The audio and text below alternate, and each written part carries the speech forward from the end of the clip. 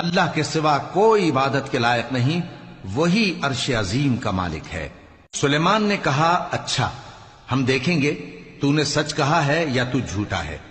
یہ میرا خط لے جا اور اسے ان کی طرف ڈال دے، پھر ان کے پاس سے ہٹ جانا اور دیکھنا کہ وہ کیا جواب دیتی ہیں۔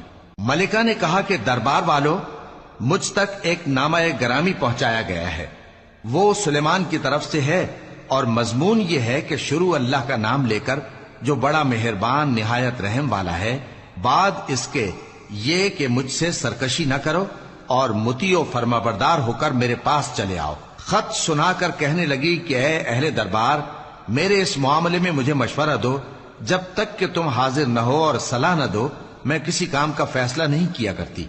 وہ بولے کہ ہم بڑے زوراور اور سخت جنگجو ہیں، اور حکم آپ کے اختیار میں ہے، تو جو حکم دیجیے گا اس کے انجام پر نظر کر لیجیے گا۔ اس نے کہا کہ بادشاہ جب کسی شہر میں داخل ہوتے ہیں تو اس کو تباہ کر دیتے ہیں اور وہاں کے عزت والوں کو ذلیل کر دیا کرتے ہیں، اور اسی طرح یہ بھی کریں گے، اور میں ان کی طرف کچھ تحفہ بھیجتی ہوں اور دیکھتی ہوں کہ قاصد کیا جواب لاتے ہیں۔ پس جب قاصد سلیمان کے پاس پہنچا تو سلیمان نے کہا کیا تم مجھے مال سے مدد دینا چاہتے ہو؟ سو جو کچھ اللہ نے مجھے عطا فرمایا ہے وہ اس سے کہیں بہتر ہے جو تمہیں دیا ہے۔ حقیقت یہ ہے کہ اپنے تحفے سے تم ہی خوش ہوتے ہوگے۔ ان کے پاس واپس جاؤ، اب ہم ان پر ایسے لشکر لے کر حملہ کریں گے جن کے مقابلے کی ان میں طاقت نہ ہوگی، اور ان کو وہاں سے بے عزت کر کے نکال دیں گے اور وہ ذلیل ہوں گے۔ سلیمان نے کہا کہ اے دربار والو، کوئی تم میں ایسا ہے کہ قبل اس کے کہ وہ لوگ فرما بردار ہو کر ہمارے پاس آئیں، ملکہ کا تخت میرے پاس لے آئے؟ جنات میں سے ایک قوی ہیکل جن نے کہا کہ قبل اس کے کہ آپ اپنی جگہ سے اٹھیں میں اس کو آپ کے پاس لا حاضر کرتا ہوں، اور مجھے اس پر قدرت بھی حاصل ہے اور امانت دار بھی ہوں۔ ایک شخص جس کو کتاب الہی کا علم تھا کہنے لگا کہ میں آپ کی آنکھ کے جھپکنے سے پہلے پہلے اسے آپ کے پاس حاضر کیے دیتا ہوں۔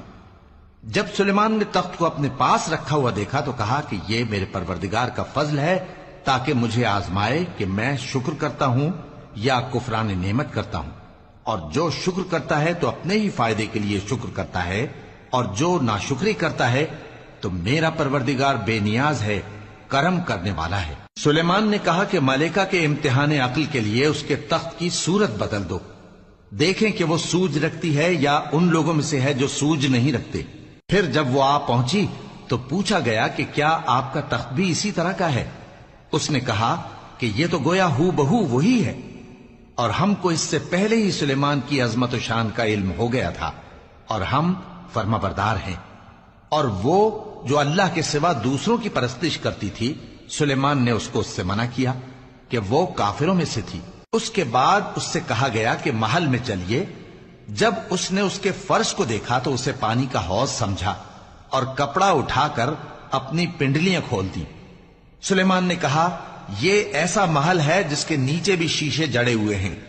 وہ بول اٹھی کہ پروردگار، میں اپنے آپ پر ظلم کرتی رہی تھی، اور اب میں سلیمان کے ساتھ اللہ رب العالمین پر ایمان لاتی ہوں۔ اور ہم نے سمود کی طرف ان کے بھائی صالح کو بھیجا کہ اللہ کی عبادت کرو، تو وہ دو فریق ہو کر آپس میں جھگڑنے لگے۔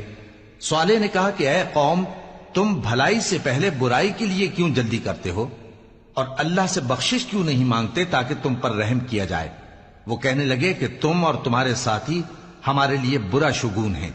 صالح نے کہا کہ تمہاری بدشگونی اللہ کے پاس ہے، بلکہ تم ایسے لوگ ہو جن کی آزمائش کی جاتی ہے۔